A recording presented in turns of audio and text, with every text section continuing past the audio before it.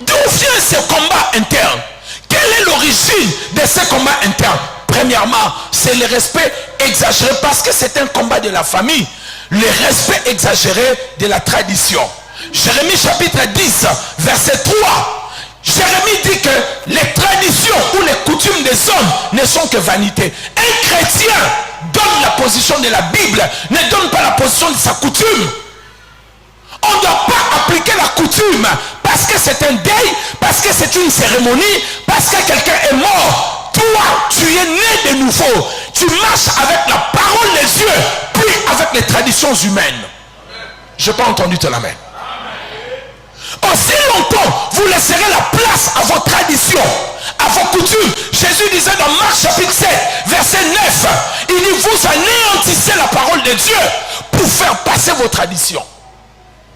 Toute personne qui met la tradition en priorité crée un combat interne dans sa famille, une prison interne dans sa famille. Nous tous aujourd'hui, gloire à Dieu, parce que nous connaissons Dieu maintenant. Mais au départ, nous tous, on était embourbés dans la coutume et dans la tradition. On nous a lavé, on nous a fait des scarifications, on nous a fait tout et n'importe quoi. On a porté des amulets, on nous a fait tout et n'importe quoi. Au nom de la tradition, au nom de la coutume. Jacob est devenu polygame. Au nom de la tradition, certaines personnes ont laissé leur vie. Au nom de la tradition, certaines personnes ont touché au fétiche. Au nom de la tradition, certaines personnes se sont retrouvées dans des prisons de la famille. Quand je parle de la tradition, je parle aussi des respects des rituels maléfiques. Des rituels maléfiques. Des rituels des jumeaux, de la dot, des naissances, des coupures de nombril, du deuil. J'ai déjà parlé de toutes ces choses-là ici déjà dans cette église. Amen. Maintenant, pour savoir que votre famille qui est en train de vivre un combat interne, la première des choses qu'il faut faire, il faut d'abord regarder la tendance familiale. Il faut regarder la tendance familiale. Regardez les problèmes dominants et les problèmes moins dominants dans votre famille.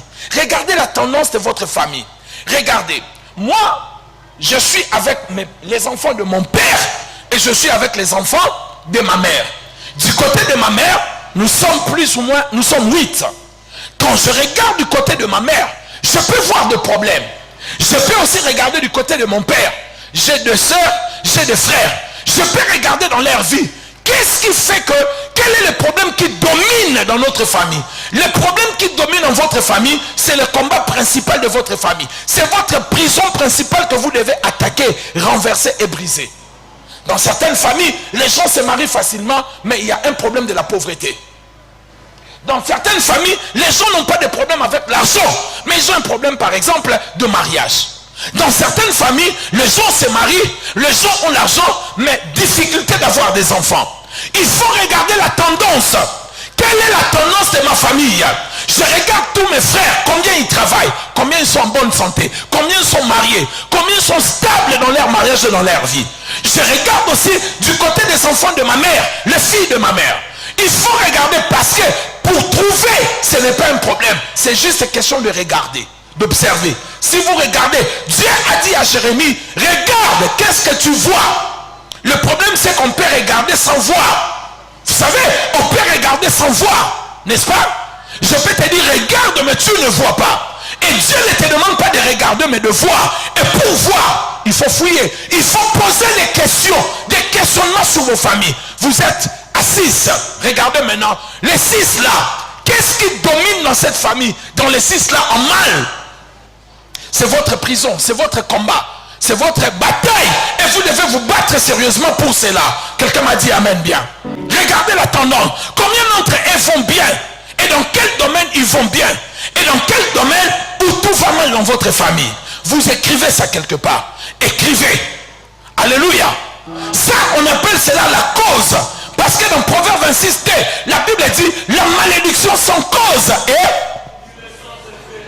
Donc s'il y a une cause, c'est que la malédiction aura des effets.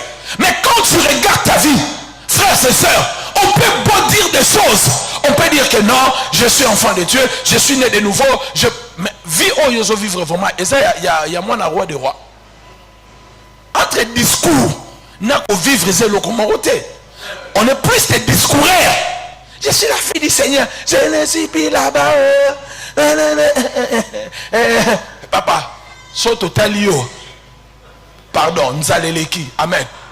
Donc, s'il y a un problème, il y a une cause quelque part. Et moi, je suis dérangé de voir que les gens qui ne prient pas prospèrent.